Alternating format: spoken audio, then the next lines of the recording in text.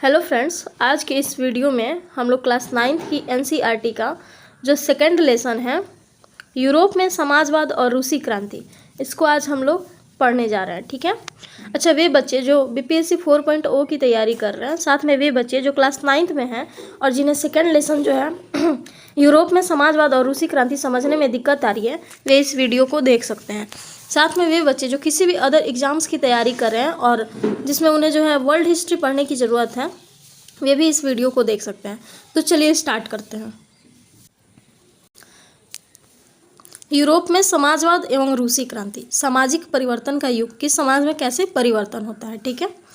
पिछले अध्याय में आपने रूसी क्रांति के बाद यूरोप में फैलते जा रहे स्वतंत्रता और समानता के शक्तिशाली विचारों के बारे में जो है पढ़ा। तो पिछले अध्याय में हम लोगों ने क्या देखा था? फर्स्ट लेसन में हम लोगों ने फ्रांस की क्रांति के बारे में देखा और देखा कि यूरोप में जो है कैसे स्वतंत्रता और समानता के विचार जो है फैल रहे हैं। ठीक है। चलिए, फ्रांसीसी क्रांति ने सामाजिक संरचना के क्षेत्र में आमूल परिवर्तन की संभावनाओं का जो है सूत्रपात कर दिया था।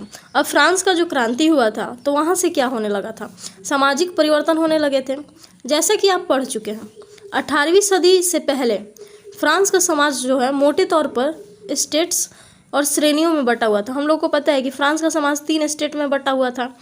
पहला जो थे पादरी थे, दूसरा आपके सामंत थे या कुलीन थे, और तीसरा जो थे वो मध्यम वर्ग थे। ठीक है। और सारा टैक्स जो है मध्यम वर्ग को ही देना था। थर्ड जो स्टेट थे उन्हीं को देना था। ठीक है। आगे देखिए, समाज की जो आर्थिक और सामाजिक सत्ता पर कुलीन वर्ग और चर्च का नियंत्रण था। बिल्कुल सही है।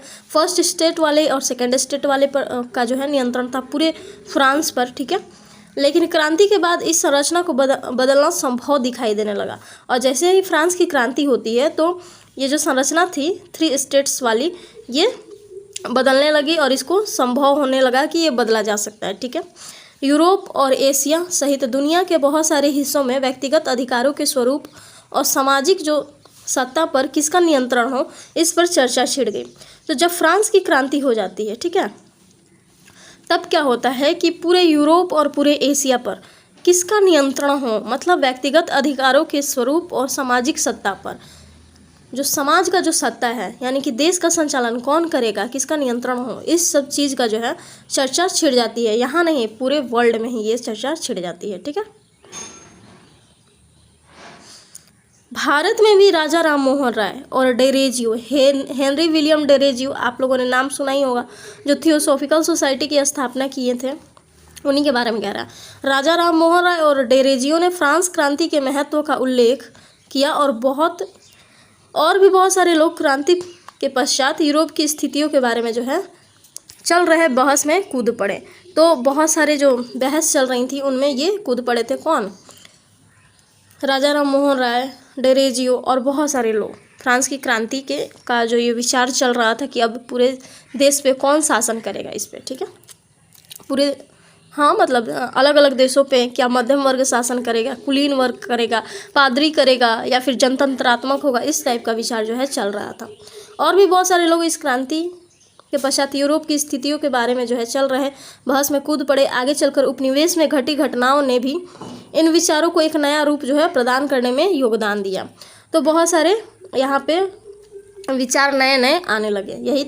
यही पैराग्राफ फर्स्ट में कह रहा है। ठीक है। उतना भी इम्पोर्टेंट नहीं है, बस ये पूछ सकता है एग्जाम में TRE 4.0 में कि फ्रांस की क्रांति के महत्व का उल्लेख किसने किया भारतीय स्वतंत्रता सेनानियों में। तो आप राजा राम मोहन राय और हेनरी विलियम डेरेजियो का नाम याद रख सकते हैं। ठीक है। मगर यूरोप में भी सभी लोग आमूल समाज परिवर्तन के पक्ष में नहीं थे। यूरोप जो था वहाँ पे समाज का जो परिवर्तन हो रहा था उसके पक्ष में नहीं थे बहुत सारे लोग। ठीक है। इस सभी सवाल पर सबकी अलग अलग राय थी। ये जो क्वेश्चन था इस पे सबका अलग अलग राय था। बहुत सारे लोग बदलाव के लिए तैयार थे, लेकिन वह चाहते थे कि यह बदलाव धीरे धीरे हो। तो देखिए क्या होता है ना कि यूरोप में जो है बहुत लोग तो पहले बदलाव में ही विश्वास नहीं कर रहे थे। ठीक है। दूसरे टाइप के एक लोग थे, कुछ लोगों का समूह था, वो चाह रहे थे कि बदलाव हो बट धीरे धीरे हो, ये नहीं कि एक ही बार चेंज कर दिया जाए सब चीज़। ठीक है। एक खेमा मानता था,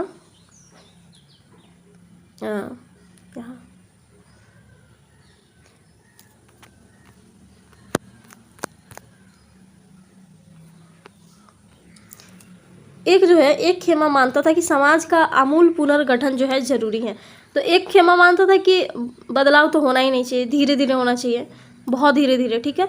दूसरा खेमा आपका मान रहा है कि समाज का आमूल पुनर्गठन जरूरी है, यानी कि फिर से चेंजेस करके बहुत जो है ज़रूरी है पुनर्गठन करना समाज का, ठीक है। कुछ रूढ़िवादी कंजर्वेटिव्स जो थे, तो कुछ उदारवादी या आमूल परिवर्तनवादी रेडिकल समाधानों के पक्ष में थे। तो कुल मिला के होता ये है कि 3 टाइप के लोग उभर के आते हैं। एक कहते हैं कि परिवर्तन होना चाहिए, दूसरा कहते हैं परिवर्तन नहीं होना चाहिए, और तीसरा कहते हैं कि परिवर्तन हो बट धीरे धीरे होना चाहिए, ठीक है। उस समय के इन संदर्भ में इन शब्दों का क्या मतलब था, राजनीतिक की इन धाराओं में क्या फ़र्क थे, और कौन कौन सी बातें जो थी जो समान थी, ठीक है। ये सभी जो विचार थे इनमें कौन कौन सी बातें समान थी। यहाँ हमें यह ध्यान रखना चाहिए कि इन शब्दों का अर्थ हर काल और परिवेश में एक ही नहीं होता है। तो कुल मिला करके इसमें जो है आपका क्वेश्चन कुछ नहीं पूछने वाला है।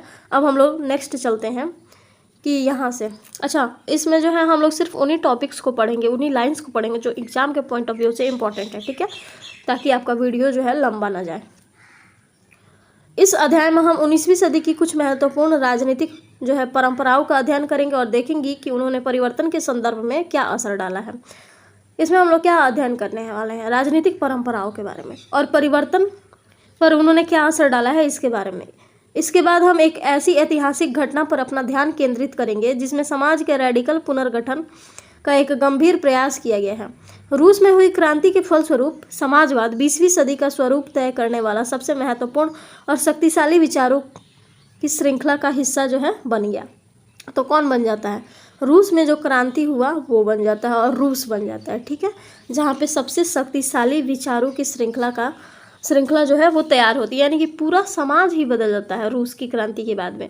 पहले तो आपका रहता था यहाँ पे जार निकोलस का शासन रहता था, यानी कि निरंकुश राजशाही रहता था, बट जैसे ही रूस की क्रांति होती है तो पूरा समाज परिवर्तित हो जाता है और यहाँ पे समाजवाद की स्थापना हो जाती है। फर्स्ट ऐसा देश था पूरे वर्ल्ड में जहाँ पे समाजवाद की स्थापना होती है, ठीक है। तो पढ़ते हैं हम लोग, उदारवादी कौन थे, रेडिकल कौन थे और रूढ़िवादी कौन थे।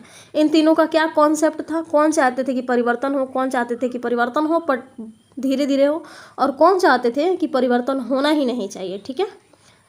तो चलिए देखते हैं। सबसे पहले हम लोग देखेंगे उदारवादी के बारे में। उदारवादी समाज परिवर्तन के समर्थकों में एक समूह उदारवादी का था, ठीक है।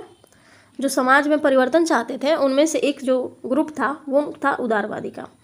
पहला ये क्या चाहते थे कि यह चाहते थे कि जिसमें सभी धर्मों को बराबर का सम्मान और जगह मिले, ठीक है। उदारवादी पहला नंबर पे ये चाहते थे कि राष्ट्र में जितने भी धर्म हैं उन सभी को समान जगह मिले और बराबरी मिले। शायद अब ये ऐसा क्यों चाहते थे कि सब में सभी धर्मों को बराबरी मिले। क्या उस टाइम पे सभी धर्म बराबर नहीं थे? आप जानते ही होंगे कि उस समय यूरोप के देशों में प्राय किसी एक धर्म को ही ज़्यादा महत्व दिया जाता था।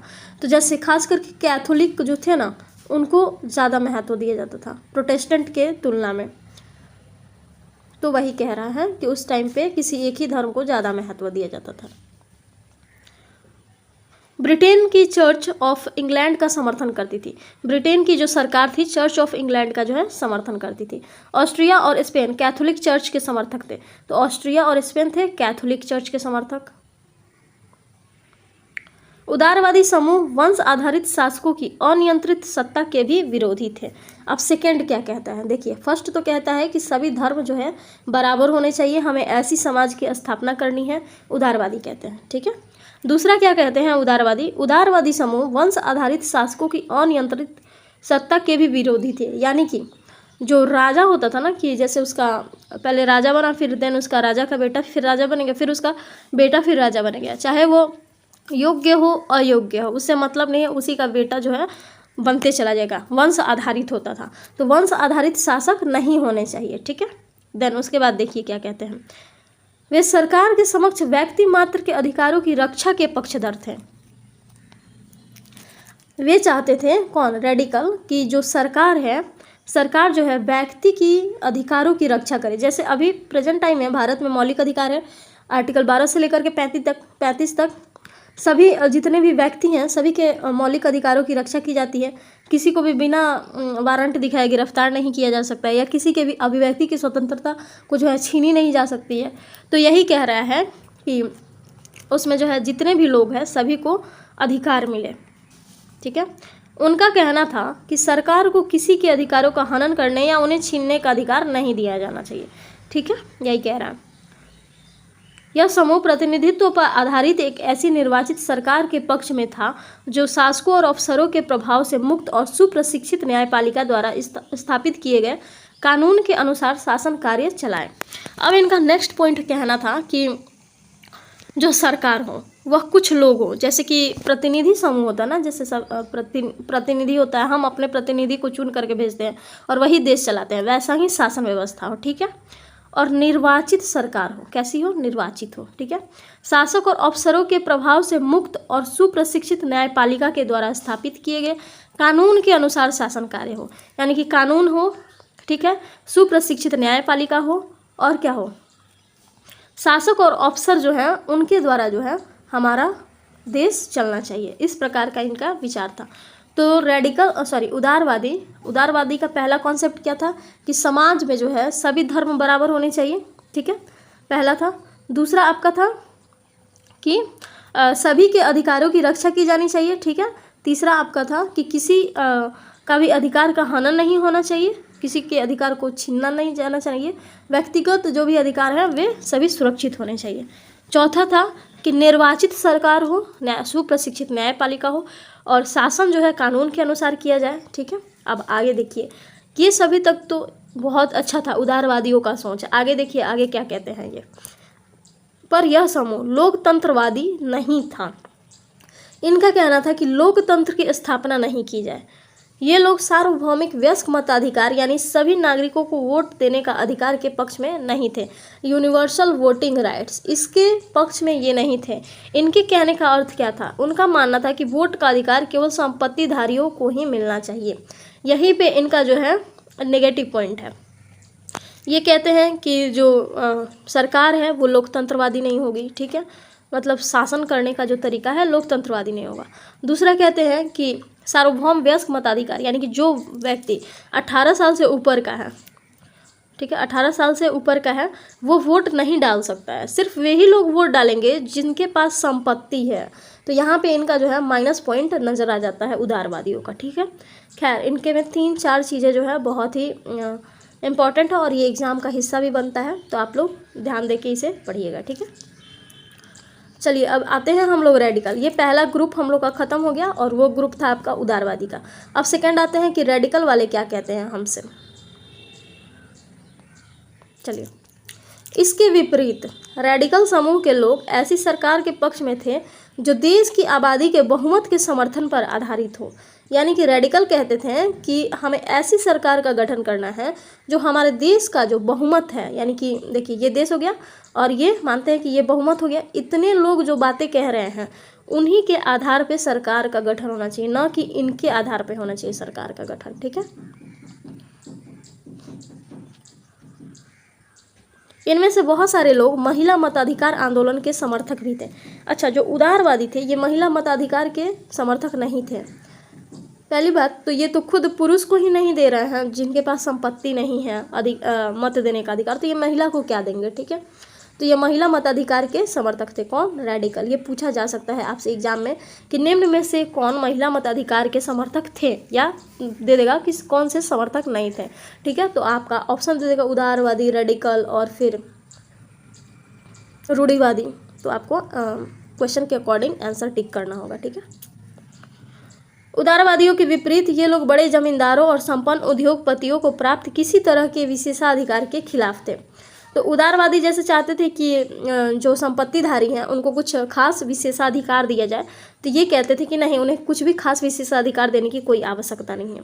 वे निजी संपत्ति के विरोधी नहीं थे। ये कहते थे कि निजी संपत्ति हो लेकिन केवल कुछ लोगों के पास संपत्ति का संकेंद्रण का विरोध जरूर करते थे।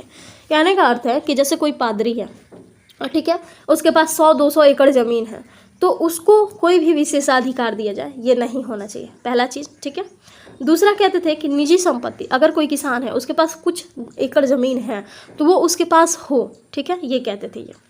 तीसरा आपका कहते थे कि कुछ ही लोग जैसे पादरी वर्ग, कुलीन वर्ग या फिर कोई भी या कोई राजा, उसी के पास जो है सारी संपत्ति, पूरे देश की संपत्ति का बहुत बड़ा हिस्सा उसी के पास नहीं होना चाहिए, यानी कि संकेंद्रण नहीं होना चाहिए। किसी भी व्यक्ति के पास बहुत ज़्यादा संपत्ति जो है उस टाइप का नहीं होना चाहिए, ठीक है। चलिए हो गया। अब चलते हैं हम लोग रूढ़िवादी के पास। रूढ़िवादी तबका जो है रेडिकल और उदारवादी दोनों के खिलाफ था। अच्छा, ये रेडिकल जो थे और उदारवादी थे ये चाहते थे कि तुरंत ही चेंजेस कर दिया जाए, बट रूढ़िवादी जो थे वो कहते थे कि नहीं, ये दोनों जो है इन दोनों के ही खिलाफ थे, और ये रूढ़िवादी जो है वो चाहते थे कि धीरे धीरे परिवर्तन हो। यहाँ देखिए, लेकिन 19वीं सदी, देखिए यहाँ से पढ़ते हैं, मगर फ्रांसीसी क्रांति के बाद तो रूढ़िवादी भी बदलाव की ज़रूरत को स्वीकार करने लगे।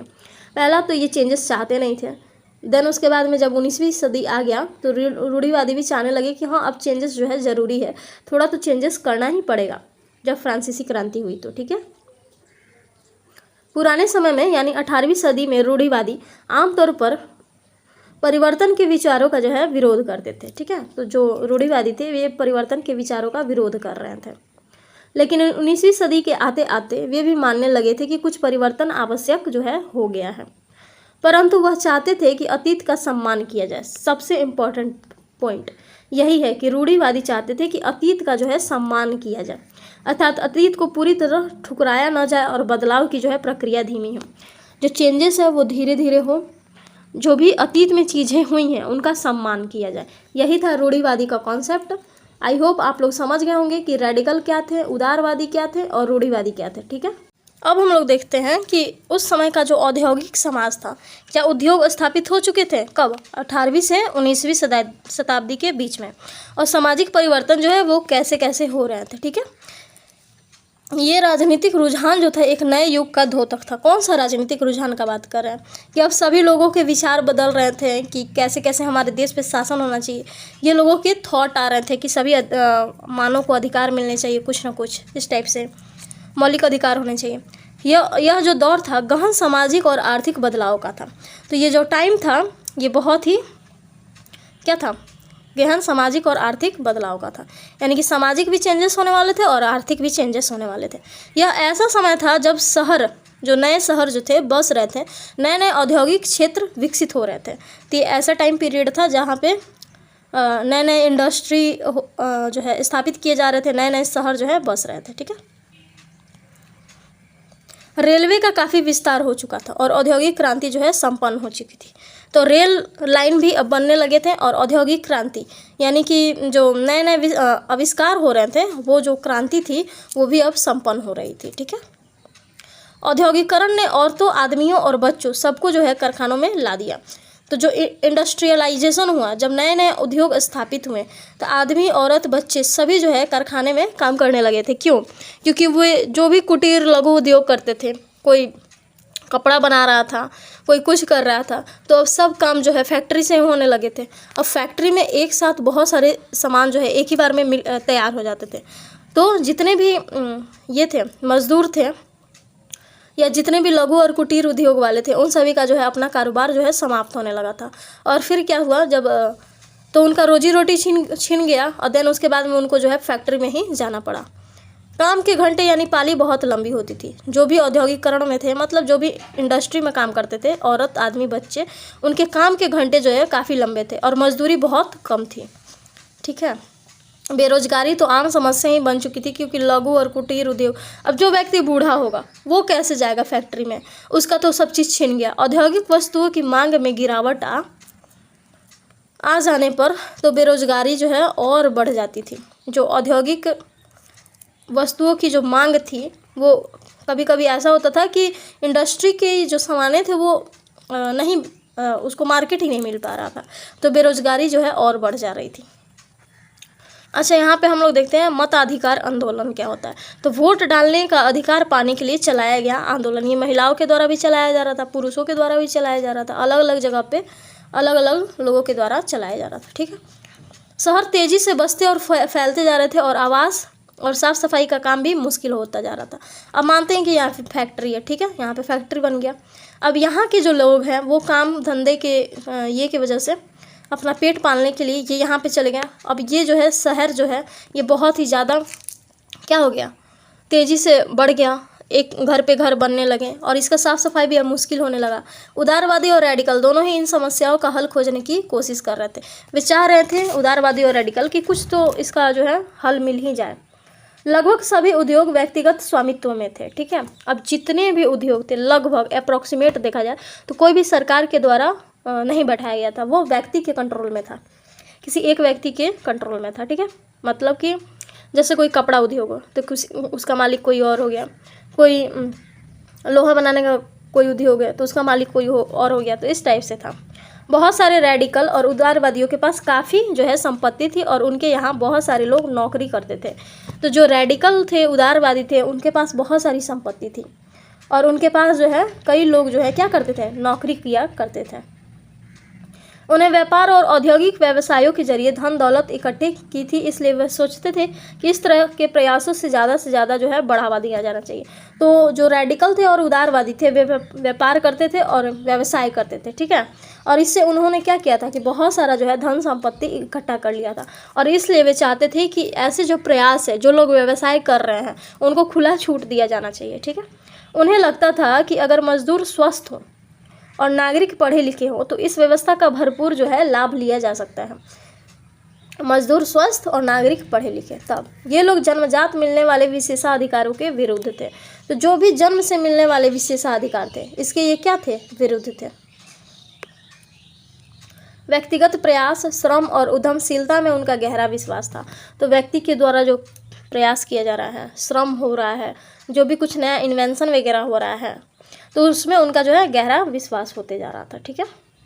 उनकी मान्यता थी कि हर एक व्यक्ति को व्यक्तिगत स्वतंत्रता, गरीबों को रोजगार मिले और जिनके पास पूंजी है उन्हें बिना रोक टोक काम करने का मौका दिया जाए तो समाज जो है तरक्की कर सकता है। तो इनका मानना था कि अगर गरीबों को रोजगार दिया जाए और जिसके पास पूंजी है यानी कि पैसा है उसका बिना रोक टोक उसको काम करने दिया जाए तो क्या हो सकता है, तो समाज जो है तरक्की कर सकता है, ठीक है।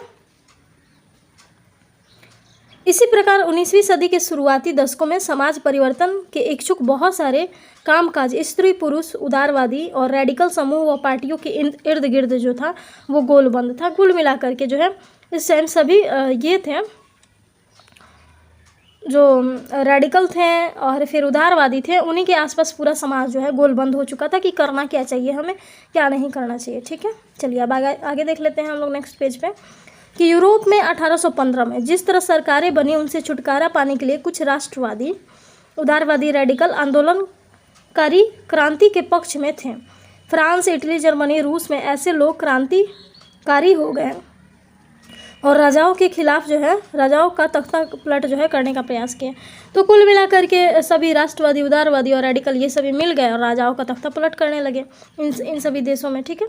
राष्ट्रवादी कार्यकर्ता क्रांति के जरिए राष्ट्रों की स्थापना करना चाहते थे। तो राष्ट्रवादी जो कार्यकर्ता थे वे क्रांति करके राष्ट्रों की स्थापना करना चाहते थे। इनमें सभी नागरिकों को समान अधिकार प्राप्त हो, ये ऐसा चाहते थे। 1815 के बाद इटली के राष्ट्रवादी जो मेजनी था उसने जो है यही लक्ष्य प्राप्त करने के लिए अपने समर्थकों के साथ मिलकर राजा के खिलाफ साजिश जो है रची थी। तो मेजनी राष्ट्रवादी आंदोलन चला रहा था और इसलिए वो साजिश रचा था और चाह रहा था कि इटली जो है वो राजा से, निरंकुश राजा से मुक्ति प्राप्त कर सके। भारत से ही दुनिया भर के राष्ट्रवादी उसकी रचनाओं को पढ़ते थे, मेजनी के रचनाओं को, ठीक है। आगे देखते हैं यूरोप में समाजवाद का आना। समाज के पुनर्गठन की संभवतः सबसे दूरगामी दृष्टि प्रदान करने वाली विचारधारा समाजवाद ही थी। तो जो समाज है उसके पुनर्गठन की जो संभवतः सबसे दूरगामी दृष्टि प्रदान करने वाली विचारधारा थी वो समाजवाद थी। यानी कि समाज जो है वो फिर से गठित हो और सबसे बेहतर तरीके से गठित हो तो वो समाजवाद होगा, तभी जाके वो संभव हो पाएगा। 19वीं सदी के मध्य तक यूरोप में समाजवाद एक जाना पहचाना विचार था। तो 19वीं सदी का मतलब क्या हुआ, 1800 से लेकर के 1900 के टाइम के बीच का, ठीक है। उसकी तरफ बहुत सारे लोगों का ध्यान आकर्षित हो रहा था। किसकी तरफ, समाजवाद की तरफ जो है बहुत सारे लोगों का ध्यान आकर्षित हो रहा था, ठीक है। समाजवादी निजी संपत्ति के विरोधी थे। समाजवादी क्या कहते थे कि निजी संपत्ति किसी को नहीं रखना है, यानी वे संपत्ति पर निजी स्वामित्व को सही नहीं मानते थे। उनका कहना था कि संपत्ति के निजी स्वामित्व की व्यवस्था ही सारी समस्याओं की जड़ है। जितने भी निजी संपत्ति वाले व्यक्ति हैं, जिनके पास अधिक भूमि है, जो पूंजीवादी हो चुके हैं, बहुत ज़्यादा संपत्ति रख चुके हैं, तो वही जो चीज़ है वही लोगों को क्या कर रही है, शोषण कर रही है। और इसी के वजह से श्रमिक वर्ग का उद्भव हुआ है और गरीब जो है और शोषित हुए जा रहे हैं। यही जो है सारी समस्या की जड़ है। उनका तर्क था कि बहुत सारे लोगों के पास संपत्ति तो है जिससे दूसरों को रोजगार भी मिलता है, लेकिन समस्या यह है कि संपत्तिधारी व्यक्ति को सिर्फ अपने फायदे से ही मतलब रहता है। वह उनके बारे में नहीं सोचता जो उसकी संपत्ति को उत्पादनशील बनाते हैं। मतलब कहने का है कि सिर्फ संपत्तिधारी जो व्यक्ति है वो अपने ही बारे में सोचता है, ठीक है। इससे लोगों को श्रम मिलता है, रोजगार तो मिलता है, लेकिन वो सिर्फ अपने फ़ायदे के ही बारे में सोचता रहता है। इसलिए अगर संपत्ति पर किसी एक व्यक्ति के बजाय पूरे समाज का नियंत्रण हो तो साझा सामाजिक हितों पर ज़्यादा अच्छी तरह से ध्यान दिया जा सकता है। कहना है कि अगर संपत्ति किसी एक व्यक्ति का नियंत्रण ना हो, पूरे समाज का हो, एक सरकार के नियंत्रण में हो, तो जितने भी समाज के हित हैं उनमें सभी व्यक्ति के हितों पर ध्यान दिया जा सकता है, ठीक है। समाजवादी इस तरह का बदलाव चाहते थे और इसके लिए उन्होंने बड़े पैमाने पर अभियान चलाया, ठीक है। तो समाजवादी जो थे इस टाइप का उनमें बदलाव चाहते थे। अब देखते हैं कौन कौन से समाजवादी थे, क्या चाहते थे, कैसे चाहते थे। तो समाजवादियों के पास भविष्य की एक बिल्कुल ही भिन्न दृष्टि थी, ठीक है। कुछ समाजवादियों को कोऑपरेटिव यानी कि सामूहिक उद्यम के विचार में दिलचस्पी थी। देखिए, मैं एक बात बताना चाहती हूँ आपको कि यदि आप वर्ल्ड हिस्ट्री पढ़ रहे हैं, ठीक है, और आपका कॉन्सेप्ट जो है क्लियर नहीं हो रहा है, तो आप क्या कर सकते हैं कि बिहार बोर्ड की आप 10th क्लास का जो बुक है ना और 9th क्लास का बुक, उससे पहले उन टॉपिक्स को कवर कीजिए, देन उसके बाद में आप NCERT पे आइए। अदरवाइज़ आपका जो है कॉन्सेप्ट बिल्कुल भी क्लियर नहीं होने वाला है यदि आप सिर्फ NCERT उठा करके पढ़ते हैं तो, क्योंकि बहुत ही इसमें उलझा तरीके से जो है NCERT में प्रोवाइड किया गया है, जो भी चीज़ें प्रोवाइड की गई हैं। जैसे बिहार बोर्ड की जो 10th क्लास का 2nd लेसन है उसमें भी समाजवाद और रूसी क्रांति दिया हुआ है, ठीक है। बट उसमें इतना कॉन्सेप्ट क्लियर किया गया है कि यूटोपियन समाजवादी किसे कहते थे, वैज्ञानिक समाजवादी किसे कहते थे, समाजवादी किसे कहते थे, फ्रांस में सबसे पहले कैसे समाजवाद आया, फिर उसके बाद में सेंट साइमन ने क्या कहा, लुई ब्लाक ने क्या कहा, लुई ब्लामे ने, फिर फॉरियर ने क्या कहा, देन उसके बाद में कार्ल मार्क्स का टाइम आता है, वो क्या कहता है। और फ्रांस के अलग जो है आपका ये क्या नाम है, रॉबर्ट ओवेन, वो कैसे फैक्ट्री स्थापित करता है, कौन कौन से कॉन्सेप्ट देता है कि वास्तविक श्रमिक वे हैं जो प्रसन्न रहें, इस टाइप का जो संतुष्ट हों। तो ये सभी जो हैं, अगर आप सच में वर्ल्ड हिस्ट्री पढ़ना चाहते हैं तो पहले 9th 10th बिहार बोर्ड का बुक पढ़ लें। अच्छा, यदि आप वो भी नहीं करना चाहते हैं तो मेरे प्लेलिस्ट में उसका जो है दिया गया है, वीडियो प्रोवाइड किया गया है, तो आप वहाँ से भी देख करके पढ़ सकते हैं, ठीक है। तो चलिए देखते हैं, क्योंकि यहाँ से कॉन्सेप्ट क्लियर करना तो बहुत ही डिफ़िकल्ट है। तो समाजवादियों के पास जो है भविष्य की एक बिल्कुल ही भिन्न दृष्टि थी। वे क्या चाहते थे, तो कुछ समाजवादियों को कोऑपरेटिव यानी कि सामूहिक उद्यम, यानी कि वैसा उद्यम जो समूह में चलाया जा रहा, उसमें दिलचस्पी थी। अब इंग्लैंड के जो जाने माने उद्योगपति थे कौन थे, रॉबर्ट ओवेन ने इंडियाना यानी कि अमेरिका में नया समन्वय न्यू हार्मोनी नाम से एक नए तरह के समुदाय की रचना करने का प्रयास किया।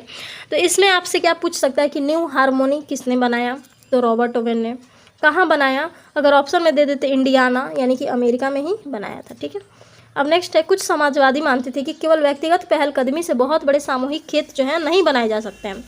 केवल व्यक्ति के प्रयास से ही क्या बहुत बड़ा खेत बनाया जा सकता है, बिल्कुल भी नहीं। तो यही इनका कहना था, किसका, लुई ब्लांक का। वह चाहते थे कि सरकार अपनी तरह से सामूहिक खेत को बढ़ावा दे। अब ये कौन चाहता था, तो लुई ब्लांक चाहते थे।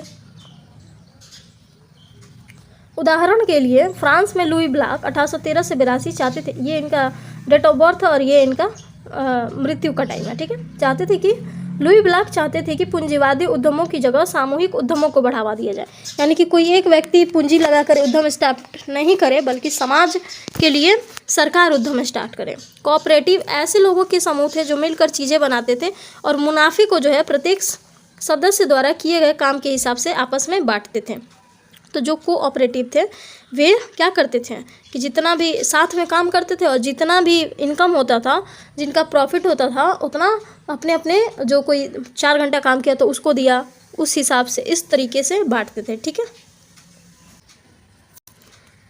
यहाँ पे मैंने कुछ एक्स्ट्रा जो है इन्फॉर्मेशन लिखा है, तो उसको जो है हम लोग देख लेते हैं। फ्रांसीसी समाजवाद का पिता सेंट साइमन को कहते हैं और समाजवाद का पिता कार्ल मार्क्स को कहते हैं। यूरोप में समाजवादी आंदोलन का पिता जो है रॉबर्ट ओवन को कहा जाता है और इन्होंने एक बुक लिखा था और उस बुक का जो नाम है a new view of society, यानी कि एक नया व्यू सोसाइटी का, समाज का। ठीक है, संतुष्ट श्रमिक ही वास्तविक श्रमिक है, ये मैंने बिहार बोर्ड के बुक से लिखा है।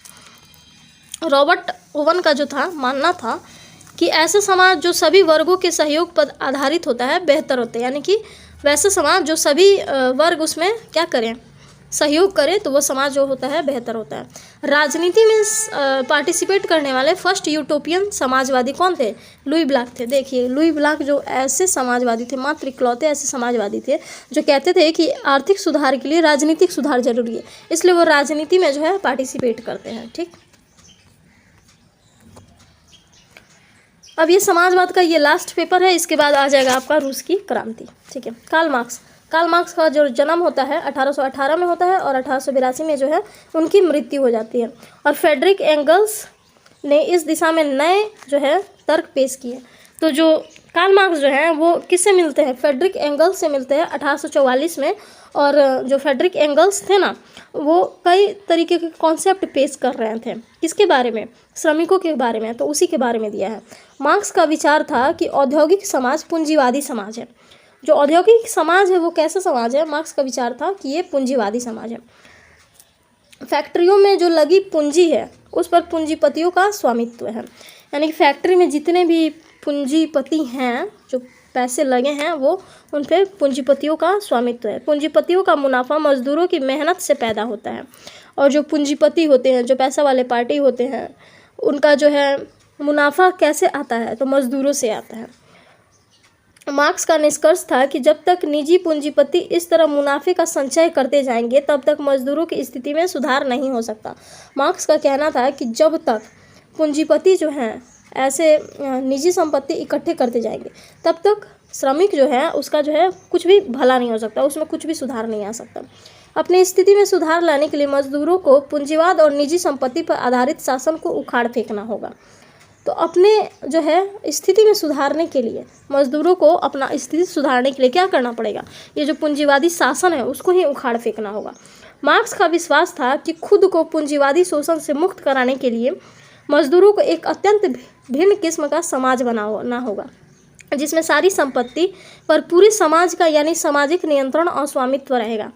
तो जितनी भी मजदूर है उनको इकट्ठे होकर के एक आंदोलन करना होगा और इस पूंजीवादी समाज को हटाना होगा। एक ऐसा समाज स्थापित करना होगा जिसपे जो है किसका सारा जो संपत्ति है उस पर समाज का अधिकार होगा, ना कि किसी पूंजीवादी का होगा, पूंजीपति का होगा। ठीक है, उन्होंने भविष्य के इस समाज को साम्यवादी यानी कि कम्युनिस्ट समाज का नाम दिया।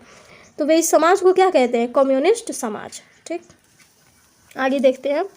मार्क्स को विश्वास था कि पूंजीपतियों के साथ होने वाले संघर्ष में जीत अंततः मजदूरों की ही होगी। उनकी राय में कम्युनिस्ट समाज ही भविष्य का समाज है। मार्क्स का कहना था कि जो मजदूर है अंततः वे ही जीतेंगे और उनका जो समाज बनेगा वो कम्युनिस्ट समाज आगे चल कर के बनेगा। देखिए समाजवाद के लिए समर्थन, तो मैं फिर से वही बात दोहराऊंगी कि आप बिहार बोर्ड की 9th 10th की बुक पढ़िए, देन उसके बाद इसको पढ़िए। खैर मैं बता देती हूँ कि क्या होता है कि कार्ल मार्क्स एंगेल्स के साथ मिल करके एक संगठन तैयार करते हैं। संगठन नहीं, यूँ कहेंगे कि सभी समाजवादियों को बुलाते हैं। कहाँ पे? लंदन में। कब? 1867 में। अच्छा मैंने यहाँ पे लिखा है, ठीक है, 1864 में। 1864 में फर्स्ट इंटरनेशनल जो है वो होता है। इसमें जितने भी समाजवादी हैं वे सभी आते हैं। कार्ल मार्क्स उनका संबोधन करते हैं और कहते हैं कि मजदूरों के पास कुछ नहीं है और उनको तब तक जो है कुछ नहीं मिलेगा जब तक वे अपना जो है भला खुद नहीं चाहेंगे और खुद आंदोलन नहीं करेंगे। ठीक है, इस टाइप की बातें करते हैं। फिर जो है उनकी मृत्यु के बाद में 14 जुलाई 1889 को सेकेंड इंटरनेशनल जो है वो बुलाया जाता है, जिसमें 20 देश के 400 जो है 20 देश के 400 से अधिक प्रतिनिधि वहाँ पे शामिल होते हैं पेरिस में, और वहाँ पे एक समाजवादी संगठन बनता है और ये डिसाइड किया जाता है कि 1 मई को जो प्रत्येक वर्ष मजदूरों का एकता दिवस के रूप में मनाया जाएगा, ठीक है। और फिर नेक्स्ट अगले ही साल आपका 1 मई 1890 को अमेरिका में, यूरोप में, सभी जगहों पर क्या होता है कि लोग मजदूर जो है इकट्ठे होते हैं और आंदोलन कर देते हैं, और उसको जो है उसकी याद में हम लोग प्रत्येक 1 मई को क्या मनाते हैं, मजदूर दिवस के रूप में मनाते हैं। तो वहीं से ये सब चीज़ें आई हुई हैं जो कि एग्ज़ाम का पार्ट बनती हैं। अगर आप BPSC 4.0 की तैयारी करते हैं तो आपको मैं यही सजेस्ट करूँगी कि आप 9th 10th पढ़िए, ठीक है, बिहार बोर्ड। अदरवाइज़ आप उसको स्किप भी कर सकते हैं। चलिए, समाजवाद के लिए समर्थन। 1870 का दशक आते आते समाजवादी विचार पूरे यूरोप में फैल चुका था। तो जब 1870 आया, वो जो दशक आया, तो उस टाइम पे समाजवाद का जो कॉन्सेप्ट था पूरे यूरोप में फैल चुका था। अपने प्रयासों में समन्वय लाने के लिए समाजवादियों ने सेकेंड इंटरनेशनल के नाम से अंतर्राष्ट्रीय संस्था भी बना ली थी। तो मैंने बता ही दिया। इंग्लैंड और जर्मनी के मजदूरों ने अपने जीवन और कार्य स्थितियों में सुधार लाने के लिए संगठन बनाना शुरू कर दिया। कहाँ कहाँ के मजदूर? इंग्लैंड और जर्मनी के मजदूर ने क्या किया, संगठन बनाना स्टार्ट कर दिया। संकट के समय में अपने सदस्यों को मदद पहुंचाने के लिए इन संगठनों ने कोष स्थापित किए और काम के घंटों में कमी तथा मताधिकार के लिए आवाज़ उठाना शुरू किया। तो इंग्लैंड और जर्मनी के जो संगठन बन रहे थे मजदूरों के, उन्होंने क्या क्या चीज़ों की मांग की? तो काम का घंटा कम किया जाए, मत का अधिकार मिले उन्हें, और संगठन को कोष स्थापित किए। और जो संगठन था उसके लिए पैसा जो होता है उसकी भी आवश्यकता होती है, तो कोष का भी स्थापना किया उन्होंने। जर्मनी में जो पार्टी बनी थी श्रमिकों की, उसका नाम था सोशल डेमोक्रेटिक पार्टी, SPD। अब इसके साथ जो है इन संगठनों के काफ़ी गहरे रिश्ते थे और संसदीय चुनावों में वे पार्टी की मदद भी करते थे। तो जो संसद में जो चुनाव होते थे उसमें भी वे मदद करने लगे, ठीक है। 1905 तक ब्रिटेन यानी कि इंग्लैंड के समाजवादियों और ट्रेड यूनियन आंदोलनकारियों ने लेबर पार्टी के नाम से अपनी एक पार्टी बना ली थी। तो लेबर पार्टी जो है ब्रिटेन में बनी थी, मजदूरों की पार्टी। फ्रांस में सोशलिस्ट पार्टी के नाम से ऐसी ही एक पार्टी का गठन किया गया, और फ्रांस में क्या बना, तो सोशलिस्ट पार्टी बना। देखिए, जर्मनी में क्या बनता है, सोशल डेमोक्रेटिक पार्टी, ब्रिटेन में लेबर पार्टी और फ्रांस में सोशलिस्ट पार्टी, ठीक है। लेकिन 1914 तक यूरोप में समाजवादी कहीं भी सरकार बनाने में कायम नहीं हो पाए। 1914 तक टाइम आ गया और अभी तक कहीं पे भी समाजवादियों का सरकार ही नहीं बन पाया। संसदीय राजनीति में उनके प्रतिनिधि बड़ी संख्या में जो है जीतते रहे। उन्होंने कानून बनवाने में भी अहम भूमिका निभाई, मगर सरकारों में रूढ़िवादियों, उदारवादियों और रेडिकलों का ही दबदबा जो है बना रहा। तो सरकार जो बन रही थी उसमें तो कोई भी लेबर पार्टी का गया ही नहीं, उसमें रूढ़िवादी, उदारवादी और रेडिकल ही अपना दबदबा बना ही रहे थे, ठीक है। तो यहाँ पे आपका समाप्त होता है NCERT का समाजवाद। अब आएंगे हम लोग नेक्स्ट पेज में, देखेंगे नेक्स्ट वीडियो में 1917 की बोल्शेविक क्रांति यानी कि रूसी क्रांति के बारे में, ठीक है। तो चलिए वीडियो को ज़्यादा लंबा नहीं करते हुए यहीं पे ख़त्म करते हैं। यदि आपको वीडियो अच्छी लगे तो लाइक, शेयर एंड सब्सक्राइब कीजिए। Thank you.